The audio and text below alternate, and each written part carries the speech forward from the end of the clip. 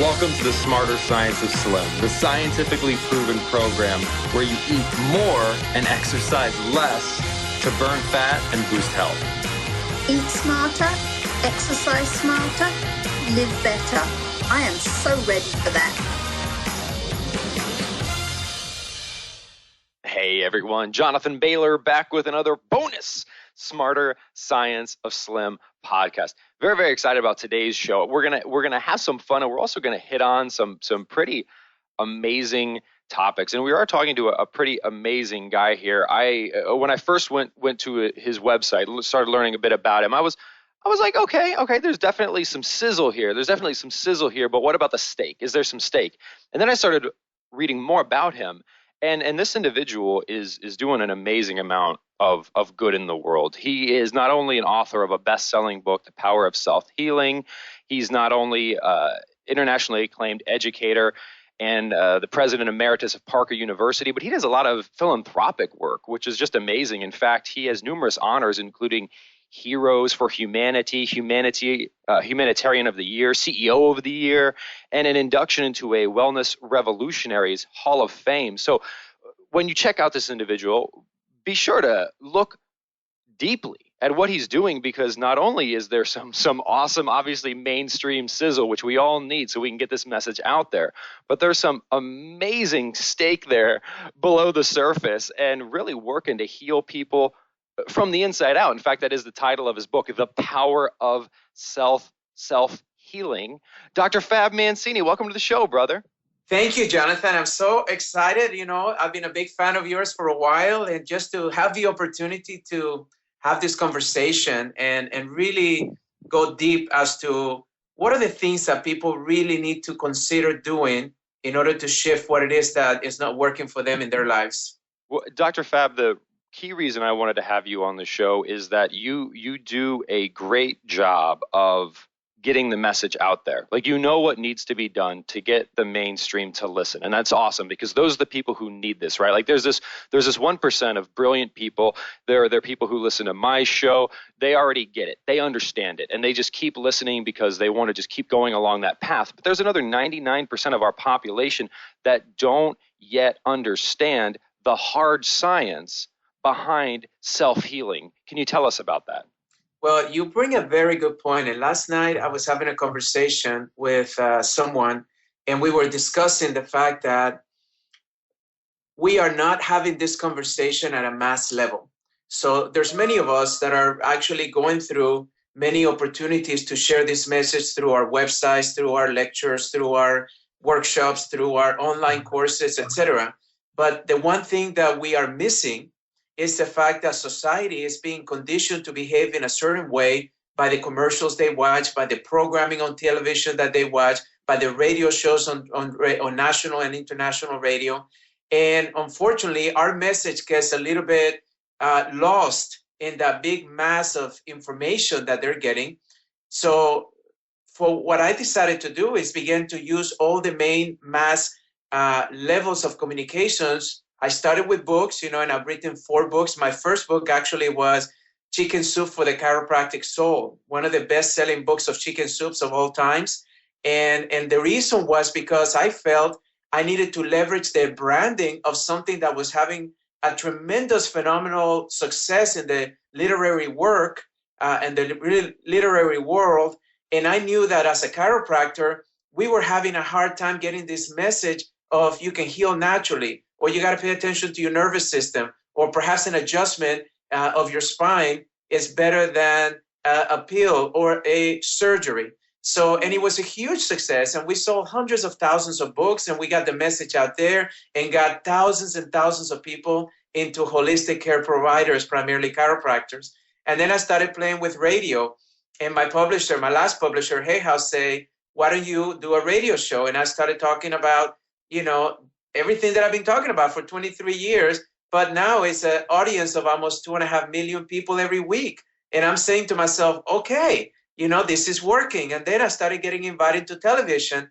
My first television show last year when my book came out was Dr. Phil. He's been a close friend and a patient for many years. And he's like, how many people did you reach last year on your speaking tour?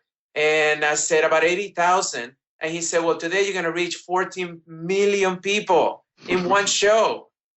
And I said to myself, wow. And he said, well, that's the power of television. So then I started getting invited to do more television shows. And I've been on many, many, many shows. So I think this is a really important message because this information is critical and there's never been a greater time for people to hear it. Dr. Fab, the thing that gives me so much hope, not only seeing individuals such as yourself out there making mass change, but also we seem to be at let's call it a wellness renaissance, in the sense that I think in the past, the mainstream has been receptive to alternative approaches, but some of those alternative approaches were not backed in science. They were a bit more backed in not science, let's say. But we do have an emergence of hugely powerful science really showing, even at the molecular level, the body does have the ability to heal itself. And for example, if you break your leg and you put it in a cast, we've known for a long time that the body will heal itself. But what you talk about is that can work on much more than just broken bones. It does. And primarily, I'll summarize it for you. Our biggest challenge right now is chronic illnesses. And chronic illnesses are primarily there because of what I call the cause of them, and that is lifestyle choices. And, it's interesting because traditional medicine is failing miserably because drugs and surgery are not the answers to 80% of our conditions, which are what we call the chronic illnesses. These are your heart conditions, these are your strokes, these are your diabetes, these are your cancers, these are your arthritis, etc. And if you're listening right now, picture this. Your body is designed from inside out to have all the systems in place, all the organs in place, all the cells in place to be able to allow you to be healthy, to maintain a level of what we call in science homeostasis, which is balance, in other words. What happens is that we have stressors in our lives, internally and externally, and some of our stressors could be what we eat. Other stressors could be traumas in our lives, accidents, etc. Other stressors are mental stressors, which is the stresses of worrying, anxiety, fear, those things that create changes and chemistry changes in our bodies. And then, of course, we have a bigger stressor, and I talk about it in the book, and that's the science of spirituality. And that is that most of us are not feeling connected to anything greater than ourselves. So we feel like an island. And anytime we have stresses that are happening to ourselves or traumas in our lives, we feel like we're not capable of surpassing it because we feel all alone. So the body is designed to handle all these stresses, but on a short-term basis. And what's happening right now is because of our lifestyle choices, which is primarily what we eat, how much we exercise, what we think, whether we're positive or negative, how much spirituality or how much faith or meditation we do in our lives. Those things done properly can actually be very healing. But when they're not done properly, it can be very stressful. And what happens is that when your body is in a stressful environment for a long period of times, it creates inflammation in the body. And inflammation is being linked to almost every single condition out there because it's the body's natural response to say, I'm trying to help you, but I'm broken down. I can't do it long term. Inflammation short term, like when you sprain your ankle, you see that your ankle swells up. Well, that's because the blood rushes into the area. And if you think of the blood being kind of like construction workers that are rushing into an area, they're repairing the area, they're going to be working for 6 hours, they're going to be working for 12 hours, maybe 24 hours, and they're supposed to then leave the area once they finish their work. Well, if your ankle is being worked on for months, which is what's happening in chronic illnesses, then the body breaks down, and then now it begins to tear tissue down, and cells cannot work properly, and then that's when we have the issues long-term that are being so costly and creating so much of the suffering today. Dr. Fab, I so appreciate you bringing up that analogy of spraining your ankle, because it does seem like so much of the approach that the mainstream continues to tell us is So you've broken your ankle. You've severely sprained your ankle. Well, here is a brace that you can kind of strap on it and just continue to run around, continue to do whatever caused you to break your ankle in the first place, and just strap this brace on. And then we wonder why 5 years down the road, we have to get our leg amputated because there's like this horrible infection and blah, blah, blah, because we didn't take the time to actually heal the underlying cause. So what are some of those most common braces we're told to apply metaphorically that mask symptoms but don't actually solve the problem? Well, I mean, unfortunately, and I've been dealing with this world for 20-something years and been in many environments, governmental, corporate, etc., to discuss the solutions of healthcare. And the bottom line is that we are dealing not with a healthcare system, we're dealing with a sick care system. That means that we enter the system only when we're sick, when we have symptoms. And I've often said that symptoms are only the alarm system of the body. It's like having a fire alarm in your kitchen, and all of a sudden you're cooking and the smoke rises up and it sounds the alarm. It can be very annoying, and you want to just do whatever it takes to stop that alarm, right? Because you're like, please turn that thing off. So some of you are going to put a tape on that speaker and it's going to muffle the sound, and maybe you don't hear as much, but that's not doing anything to the smoke or anything to the potential fire behind the smoke. Well, some of you are going to jank that thing out of the ceiling or take the battery out, and that's what, and metaphorically for surgery, just to make it stop. But did that help in any way with the warning signs that you have smoke that may have fire behind it? Well, that's what we're doing to our bodies every day. So the bottom line is that we have to pay attention to our symptoms. Our symptoms are only the way of the body communicating with us, saying, hey, man, you're doing something that's not helping me, and I'm trying all that I can, but my systems are being broken down. It's like being in a treadmill. You're running on a treadmill, and for a short period of time, a treadmill can be very great. It can be very healing. It's going to tone your body. It's going to give you more energy. It's going to make you feel good. But try to do a treadmill for hours. After hours, you start breaking down. Well, that's exactly what's happening right now. And some of those maskings is the fact that we're dealing with a system that patients have been conditioned that is all about stopping the pain. Do whatever you got to do, but just please stop the pain. Oh, and it doesn't matter what it costs, because my company may be paying for it, or I have good insurance, etc. Well, that's not working anymore, as you know. Insurances are getting so expensive that companies are actually spending more money on insurance than the products or services that they pay, they buy or they supply for their customers. And then Harvard just had a study 2 years ago that say over 50% of Americans went financially bankrupt because of health issues. So that means that health is really having an impact in our lives more than ever before. And you know what's amazing, Jonathan, is that the answers are simple. The answers is just to pay attention, to reflect upon what's happening. How did I get into this world of insanity in which I keep doing the same thing over and over again, but expecting different results? How is it that we got to such a point that we stopped listening to our bodies, and now we're listening to whatever commercials we see on TV? If you take this pill, this is going to happen, or whatever. And then most people are not even aware of what comes after that announcement, which is all the side effects that are usually worse than the symptom that you're trying to alleviate. So we're living in this world of insanity, but we've been conditioned because of what I call repetition. The more you hear something, the more you think it's actually reality or a fact. And you just have to surround yourself with a world that is going to be working for you and is going to allow you to be as healthy as you want to be. Dr. Mancini, surrounding ourselves with that world that will combat us against what you rightly identified as a lie told often enough becomes the truth, and we need to move away from that. So you are doing amazing things. You've given testimony to the White House Commission for Complementary and Alternative Medicine, and served on the Texas Governor Advisory Board on Physical Fitness. And you do a lot of work to help keep the Hispanic community informed on healthy habits. Now, Dr. Mancini, one thing I really want your insight on is a lot of what we hear about in terms of wellness, at least on the surface, sometimes seems like it may be targeted at the 1%. Like, go to this really high-end grocery store and buy these really high-end foods, and go to your spa and blah, blah, blah, blah, blah. But clearly that's not a viable option for much of the population. So what can we do to, like you said, change the world? What can we do to do this on a mass scale? Well, let me give you the example of something that I was very honored to be a part of, and that's in the country of Mexico, 125 million people.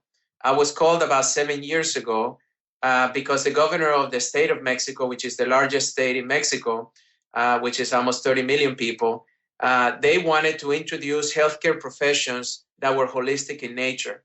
So because I've been in this field of not only as a practitioner for 10 years, but also as an educator and president of Parker University for over 13 years, they asked me to come in and be able to guide the Secretary of Health and the Secretary of Education in how do we integrate this into the country.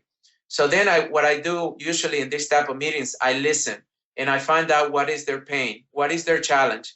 And there were two. I found out that 95% of the healthcare costs in that country is paid by the government. And I found out that the satisfaction rate of their residents or citizens was somewhere around 30%. So the people were not happy with the healthcare system they were getting. So then I decided, okay, so how do we do this? So we decided to open a university that was holistic in nature, that was going to have chiropractic, acupuncture, another degree called gerontology, rehabilitation, all the natural holistic premises that are going to be able to shift the way that country handles their healthcare system challenges. And then I said, okay, now we got to put this into practice. Now we got thousands of people in school, but how do we put it into practice? So we started with 7 pilot hospitals in which we started replacing medical doctors with holistic practitioners. And we noticed the two things that we wanted the most happen immediately. Some hospitals were able to lower their costs by almost 50%, somewhere between 30 and 50%. And the satisfaction rate by their patients went up from 30% to over 80%. So it was so successful that then all of a sudden we've opened up another university in a different city of the same state. And now that same governor became the president of the country and now has decided to do that all over the country and begin to expand this holistic perspective. And the interesting thing is that the approach of the holistic practitioners is a very natural, holistic approach, but also one that engages the patient into making sure that the lifestyle choices are being paid attention to. So they're teaching them how to eat healthier, how to maybe move their bodies a little bit more, how to think more positive, and it's working. And then I get a phone call that says that the governor is so pleased with the success of the projects that they took one of the brand new leading universities and they named their library after me. And then during their ceremony, my mom flew in and my family, and he says, well, this is the first time in the history of Mexico that we have named the public building after a non-resident or non-citizen of Mexico or a living person. And I'm sharing that story for you to understand one thing. You got to think big. We're not thinking big enough. And, when you get called in to be able to participate in something that matters, you make the time for that, no matter how busy you are. But nothing matters more than you. I often say this, Jonathan, we have a car, right? And we don't take care of our car very well, and we don't wash it often. We let it, get scratches or dents or whatever. And then we traded it in, 2 years later, 5 years later, whatever. Or we buy an apartment or a house and we don't take care of it, and then we just trade it in. But our bodies is the one thing you can't trade in. And our bodies, if you take care of it, science has already determined that you can live up to 120 years old. But look at the senior citizens of today. Look how many people are living in assisted living. Look at how many people that are now developing what they call dementia or Alzheimer's disease, which was unheard of 30 years ago, 50 years ago. And now it's one of the fastest epidemics on people over 55. Yeah, 55. You can't remember your name. You can't remember where you are. And then unfortunately, ultimately kills you. Or look at the depression statistics. Over 25% of kids, listen to this, over 50% of Americans, adult Americans are on the antidepressants in some form. But the latest statistics show that 25% of kids under the age of 16 are under antidepressants. And I'm saying to myself, what does a kid has to be depressed about? I can understand an adult, maybe things are not working, maybe relationship issues and lost their jobs.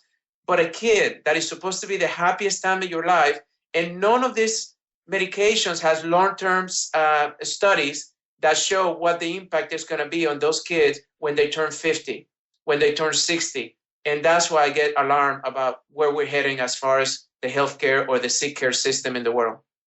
Dr. Fab, you hit on the two.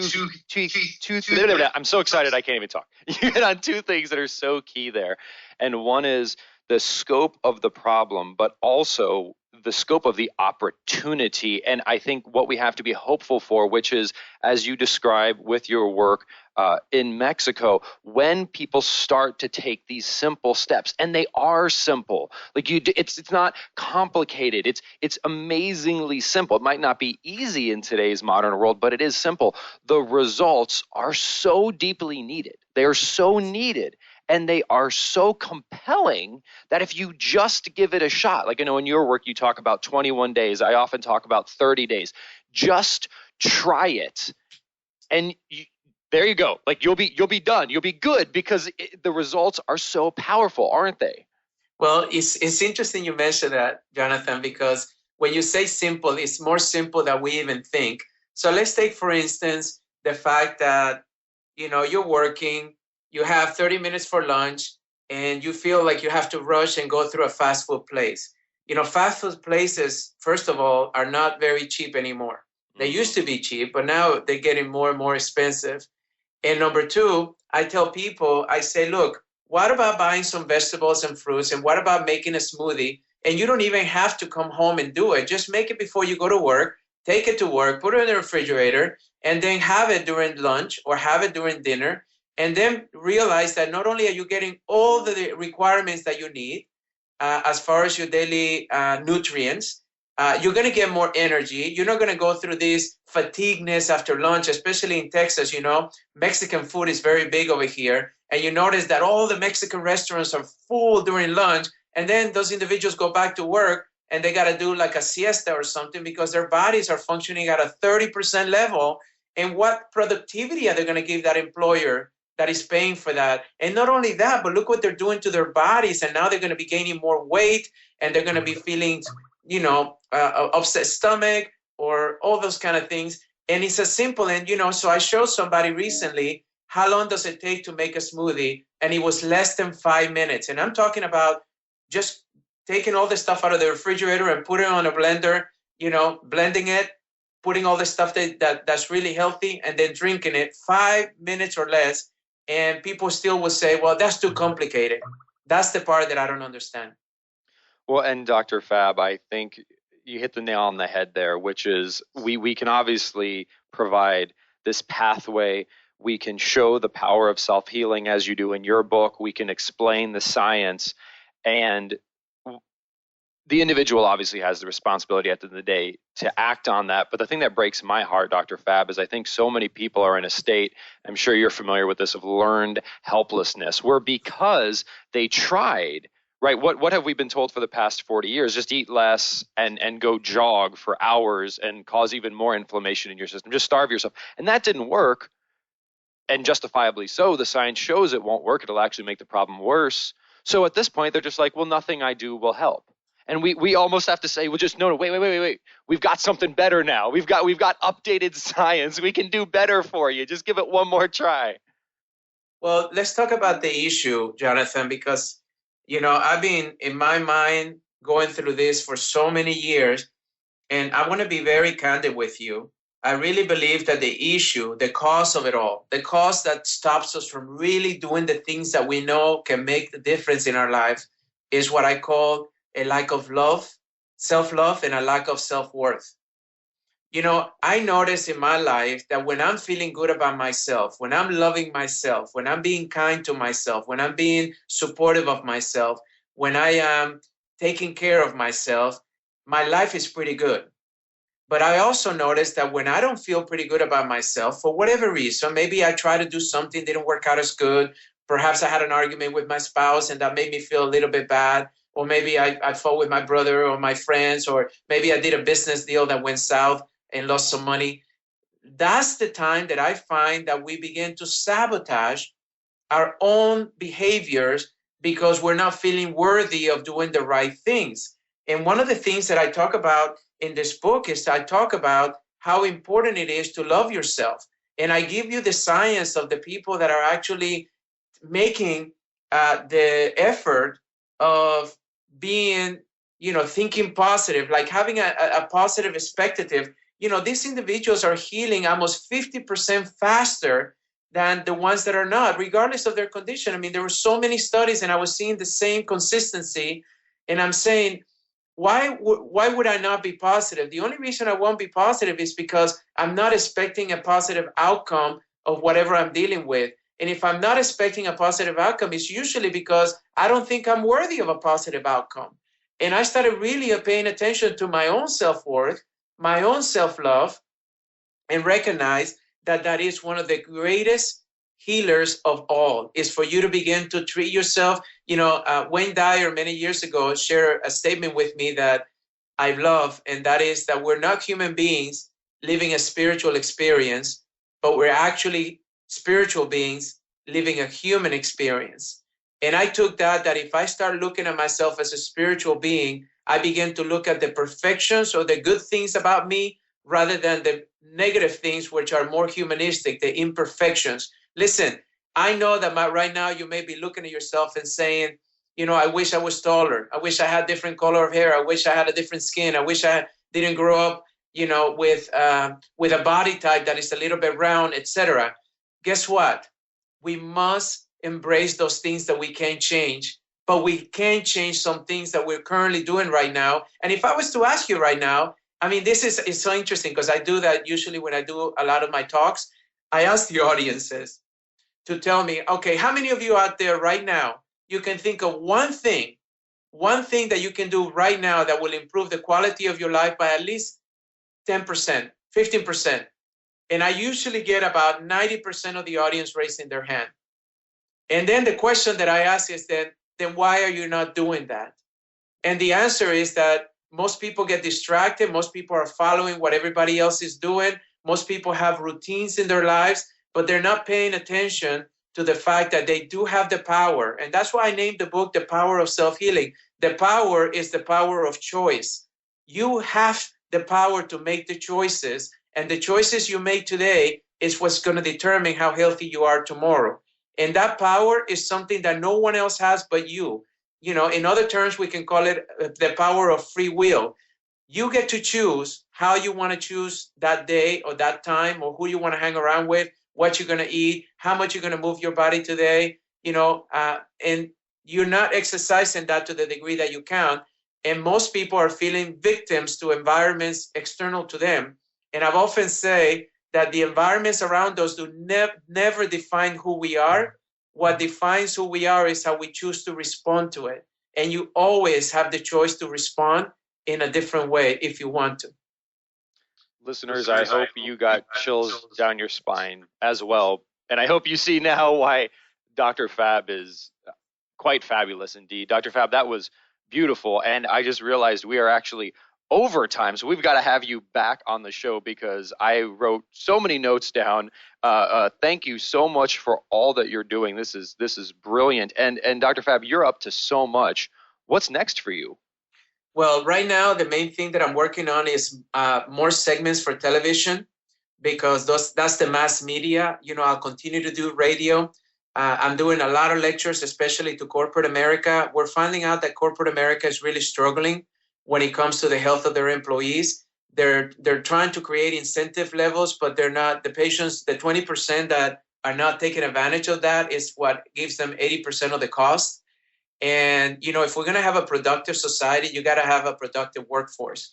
And I think that the reason we don't have a productive workforce is because people are still not understanding that health is something that can actually impact your life in every possible way, in a positive, if you choose to use the right habits. And the habits are very simple. I mean, the reason I created the 21-day program was because it takes around 21 days to build a habit, and I call it building a habit for life. It's not about 21 days and you're going to get there. It's about 21 days to give yourself permission to develop that habit that will carry you throughout life in a positive way. Brilliant. And Dr. Fab, I know listeners can get a bunch of wonderful additional free resources in addition to your book at your website, drfabmancini.com. Again, listeners, that's drfabmancini.com, and the humanitarian and wisdom giver that we've been talking to today, Dr. Fab Mancini. Thank you so much for joining us. It's been an absolute pleasure. Thank you, Jonathan, for the work that you do and for spreading this message around the world. Listeners, I hope you enjoyed this wonderful conversation as much as I did. I'm all pumped up now. I got to go jog a little bit. I'm not going to be able to sit in my desk. And remember, this week and every week after, eat smarter, exercise smarter, and live better. Chat with you soon. Wait, don't stop listening yet. You can get fabulous free SANE recipes over at carriebrown.com. And don't forget your 100% free eating and exercise quick start program, as well as free, fun, daily tips delivered right into your inbox at bailorgroup.com. That's BAILOR group.com.